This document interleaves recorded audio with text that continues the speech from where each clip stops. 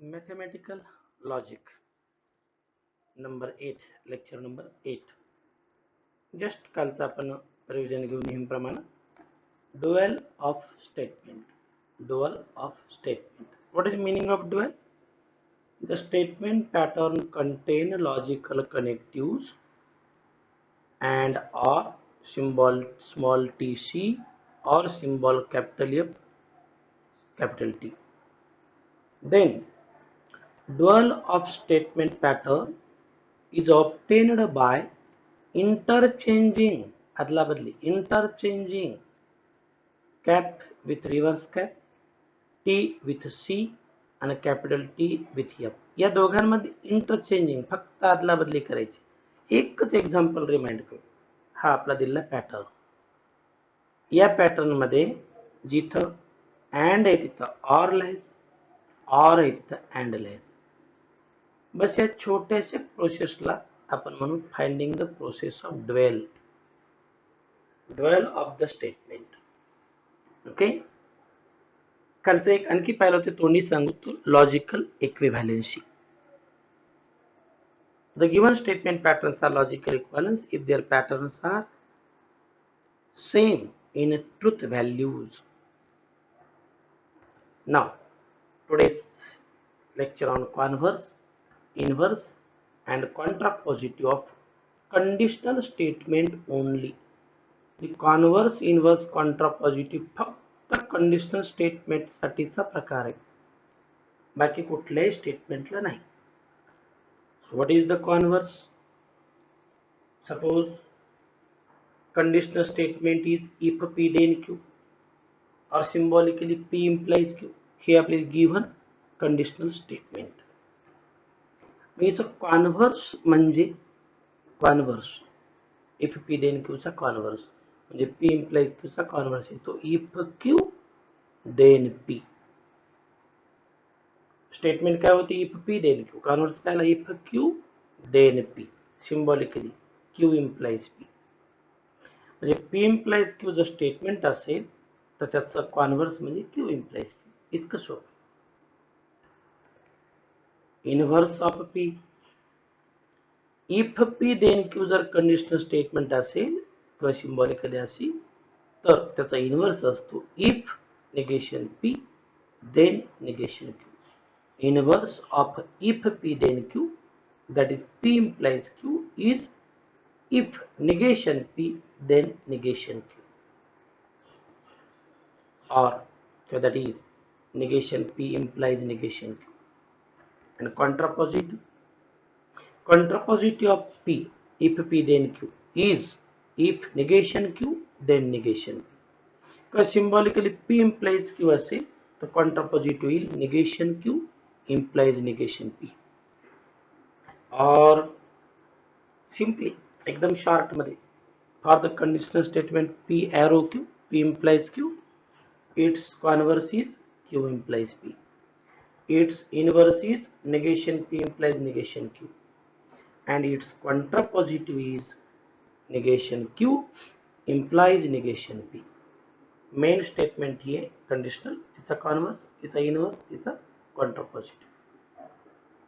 P implies Q ला उलट करा झाला कॉन्व्हर्स. P implies Q च्या दोन्हीचं निगेशन घ्या झाला इनव्हर्स. याला उलट करा झाला कॉन्ट्रापोजिटिव्ह. Converse, inverse, कॉन्ट्रापोजिटिव्ह. याच्यावर जर 4-5 एक्झाम्पल सोडले तर पाठ होऊन जाईल. चला एक एक्झाम्पल घेतो फक्त मी. Write the converse, inverse and contrapositive of following statements. एकच घेणार आहे सोपं असल्यामुळं. If a triangle is equilateral, then it is equiangular. आहे का conditional statement? If P then Q. P कोण Q कोण हे जपून पहा. आणि सोल्युशन मध्ये मी त्या गिव्हन कंडिशनल स्टेटमेंटला नीट रीड करतोय, पुन्हा लिहितोय आणि कॉन्व्हर्स लिहायचा प्रयत्न करतो. It's converse is Q implies P. आपलं Q इथे आहे आणि P हे Q implies P. काय वाक्य पण if triangle is equiangular then it is equilateral. हा झाला converse. If P then q चा पी आणि क्यू ची अदला बदली करा असं म्हणतोय. हा झाला converse of given conditional statement. पुन्हा तेच स्टेटमेंटचा आपण पाहायचो inverse statement as it is. या पहिल्या पार्टचं निगेशन, दुसऱ्या पार्टचं negation. Negation p implies negation and hence if triangle is not equilateral, not, then it is not equiangular. negation p implies negation q. आता याच वाक्यामधला हा पार्ट पहिले घ्यायचा आणि नंतर घ्यायचा, त्याला म्हणू कॉन्ट्रापोजिटिव्ह. negation q implies negation. Okay, write the statement. If a triangle is not equiangular, then it is not equilateral. कळलं? हे एकच एक्झाम्पल घेतलं मी, पण कंडिशनल स्टेटमेंट भरपूर आहेत. 4-5 एक्झाम्पल घेऊ, पण महत्वाचा पॉईंट आहे परीक्षेला प्रश्न आलेले आहेत. सोपा असल्यामुळे एक्झाम्पल एक घेतोय. तरी थोडस डिस्कशन करू याच्यावरती. कॉन्व्हर्स इनव्हर्स कॉन्ट्रापॉझिटिव्हचा जर तुम्ही ट्रूथ टेबल काढून पाहिला ना, ते इंटरेस्टिंग गोष्ट सापडेल तुम्हाला. हे p q, this is p implies q म्हणजे आपली स्टेटमेंट, क्यू इम्प्लाइज पी म्हणजे स्टेटमेंटचा converse, negation p implies negation q म्हणजे inverse, and it is contrapositive. Table हा खरंच कन्स्ट्रक्ट करून पहा. कालचा लॉजिकल इक्वालन्सचा मिनिंग याच्यामध्ये कुठं लपलाय का पहा. पी इम्प्लाइज क्यूच्या ट्रूथ व्हॅल्यू झाल्या टीएफ टी. असेच ट्रूथ व्हॅल्यूज तुमच्या आल्या टीएफ टी कॉलम नंबर 8 मध्ये. म्हणजे या कॉलमच्या 8 नंबर 3 नंबरच्या व्हॅल्यूज आयडेंटिकल आहेत. मग आपल्याला काय म्हणता येईल. सिमिलरली क्यू इम्प्लाइज पीच्या ट्रूथ व्हॅल्यू पहा आणि निगेशन पी इम्प्लाइज निगेशनच्या क्यूच्या ट्रूथ व्हॅल्यू पहा 4 आणि 7. हा रिझल्ट मी खाली लिहितोय आता. From truth table the truth values in column number 3 and 7 are identical. 3 आणि 7 चे करस्पॉन्डिंग स्टेटमेंट पॅटर्न पहा. So P implies Q logically equivalent to negation Q implies negation P. Similarly, the truth value in column number 3 and 7 are identical. So 3 म्हणजे P implies Q implies P. Sorry, 4 पाहिजे. 4 Q implies P च्या truth value आणि यासारख्या negation P implies negation Q. 4 8. Okay. 4 7. 4 7. इथं P implies Q logically equivalent to negation Q implies negation P आणि Q implies P equivalent to negation P implies negation Q. हा तुम्हाला पुढे कामी येणारा पार्ट आहे. ह्या लॉजिकल इक्विव्हॅलेंट स्टेटमेंट कामी येणार. थोडं कॉलम नंबरचं एकदा समजून घ्या, फक्त नंबर चुकलाय. ओके. आणि ह्या एकावरून हे पार्ट होईल का पाहिजे.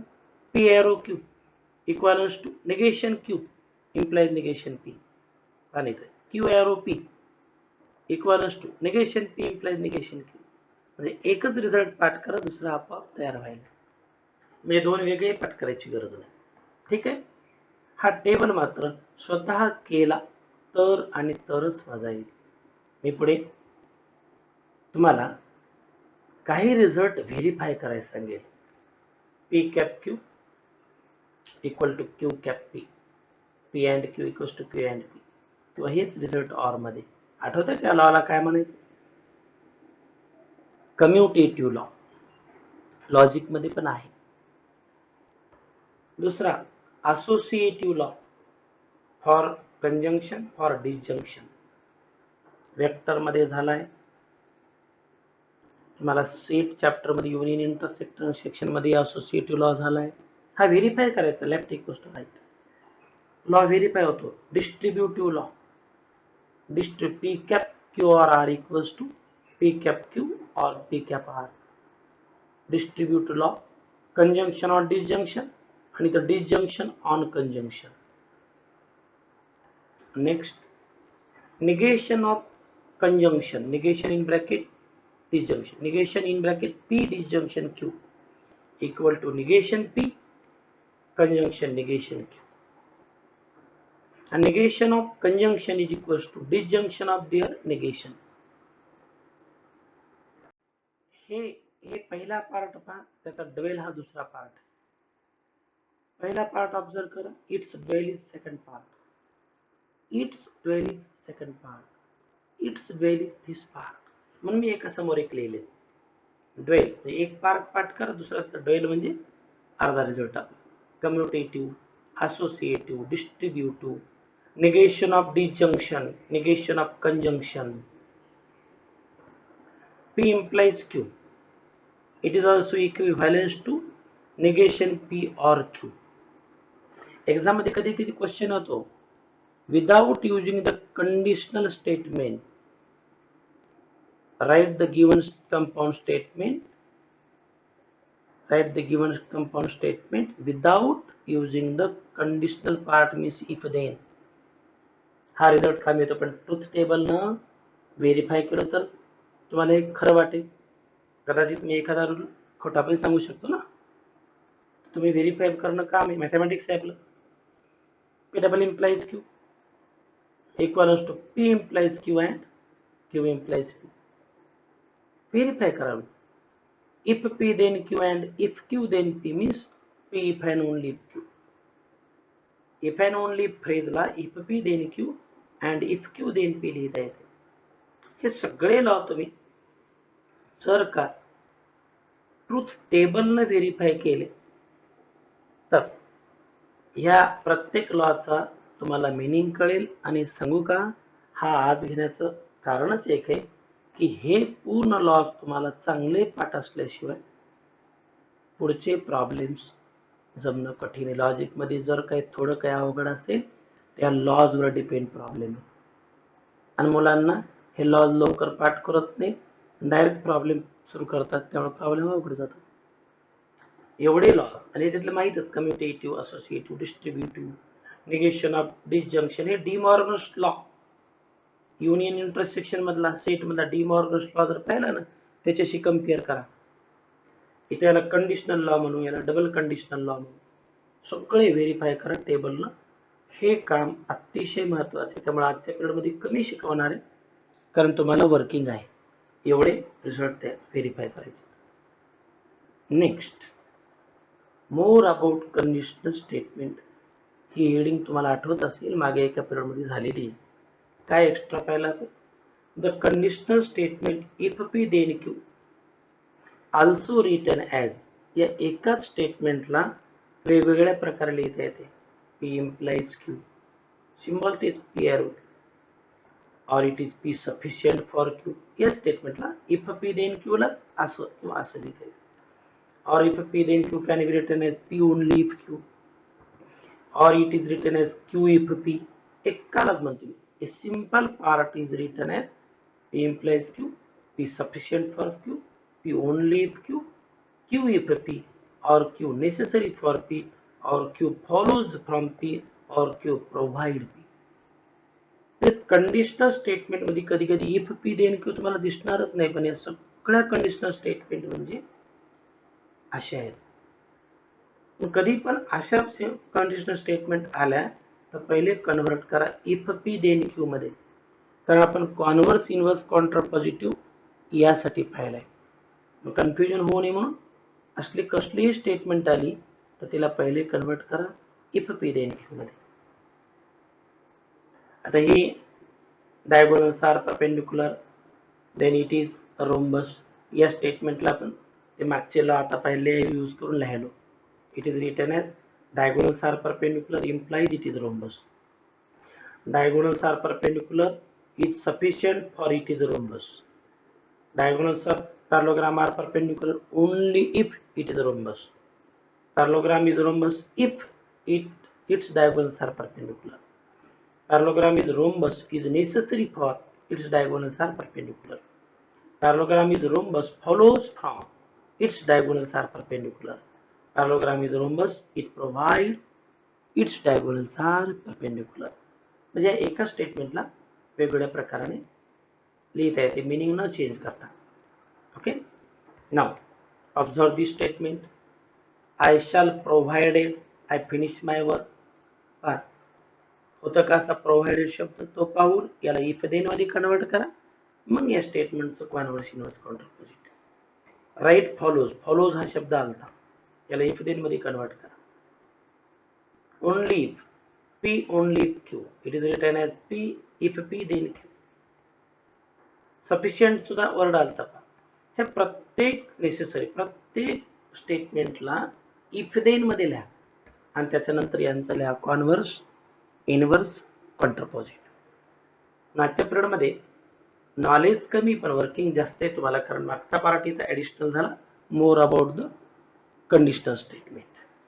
कॉन्व्हर्स, इनव्हर्स, कॉन्ट्रापोजिट पण इम्पॉर्टंट आहे आणि इफ दे या फ्रेजला डिफरंट वे न लिहिता येते हे पण. तर हे एक्झाम्पल रिपीट करा. Okay, next negation of compound statement. Compound स्टेटमेंटचं निगेशन आपण याच्यापूर्वी निगेशन पाहिले, पण ते निगेशन होतं सिंपल स्टेटमेंटचं. कशाचं होतं? सिंपल स्टेटमेंटचं. इथं पाहिजे मला negation of compound statements, negation of conjunction, negation of p cap q. Symbolic निगेशनला ही सिम्बॉल आहे, मग एवढा हा शब्द लिहिण्यापेक्षा सिम्बॉल द्या ना. Negation of p cap q equals to negation p और negation q. Okay, negation. Negation of disjunction, पुन्हा एवढ्यासाठी आपण symbol negation of disjunction equal to negation p cap negation q. Then negation of implication, negation of P implies Q is equal to P cap negation Q. एक conditional statement negation यायले P cap negation Q. negation of double implication, P cap negation Q और negation P cap Q. P cap negation Q और negation P cap Q.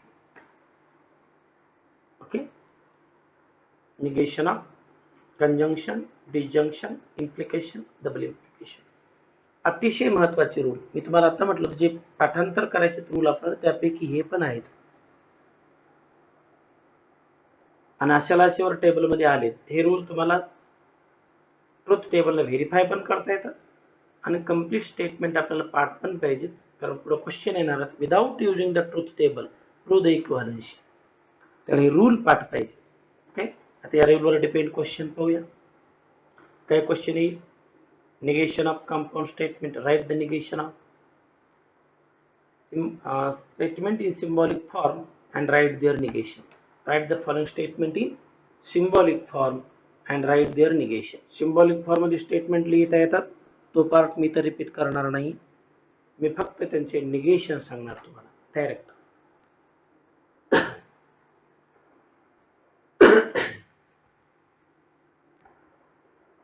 Two plus 3 less than or equals to 6 or root 2 is irrational number.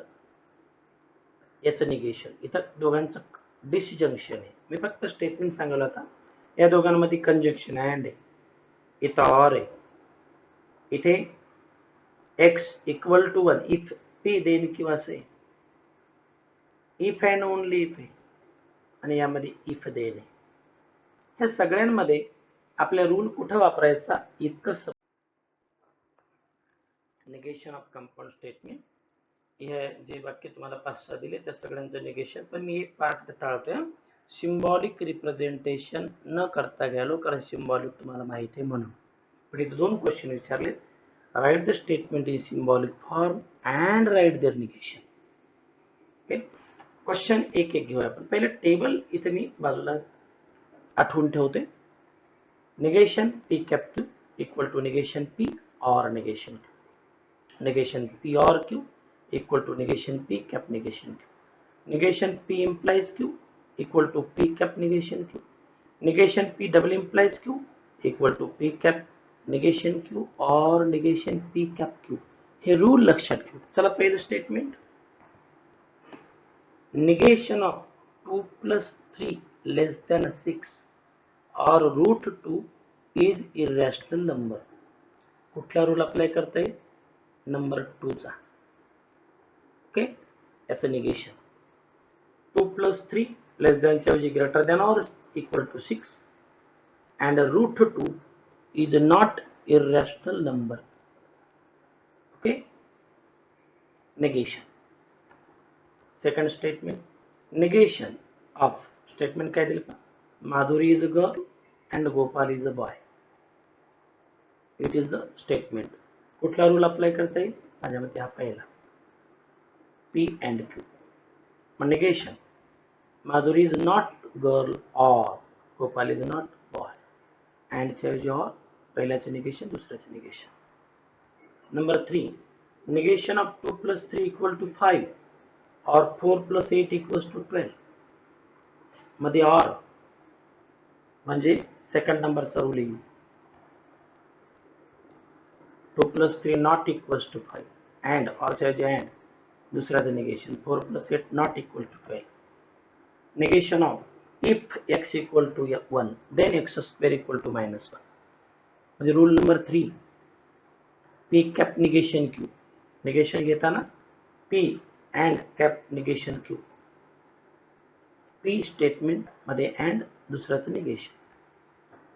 Rule number कुठला use करता येईल, if and only if, म्हणजे last rule. P cap negation Q or negation P cap Q. Statement वाचा, triangle is equilateral if and only if it is equiangular triangle. Negation, triangle is equilateral, P as it is, and it is not an equiangular triangle. मध्ये पुन्हा आला or a triangle is not equilateral, not negation, and it is an equiangular triangle. Double implication ला rule जरा मोठा आहे. हे तक्ता समोर ठेवून अशा 10-12 वाक्य केले तर रूल पण पाठ होती. पण क्वेश्चन रिपीट करतोय, सिम्बॉलिक मध्ये करून जर टेबल यूज केला तर तुम्हाला पूर्ण मार्क पडतील. वर क्वेश्चन तसा विचारलाय, पण मी फक्त निगेशन वर भर दिला इथं. Negation of if diagonal of parallelogram are perpendicular then it is rhombus. If P then Q, diagonal of parallelogram are perpendicular and it is not rhombus. Rule number 3, that is negation. झालं. आज दोन गोष्टी शिकल्या, negation of the statement आणि याच्या आधी आठवत नाही, कॉन्व्हर्स, इनव्हर्स, कॉन्ट्रापॉझिटिव्ह. हे दोन पार्ट छोटे छोटे आहेत, त्यामुळं एकाच दिवशी जास्त नको. उद्या पण एक छोटा छोटा पार्ट आहे तुम्हाला, जे पॉईंट छोटे असतात, कधी विसरण्याची दाट शक्यता असते, म्हणून आपण एकाच दिवशी जास्त घेत नाही, फक्त 2 घ्यायला. चांगला अभ्यास करत चला. सोपा चॅप्टर आहे, मार्क जास्त देणार आहे.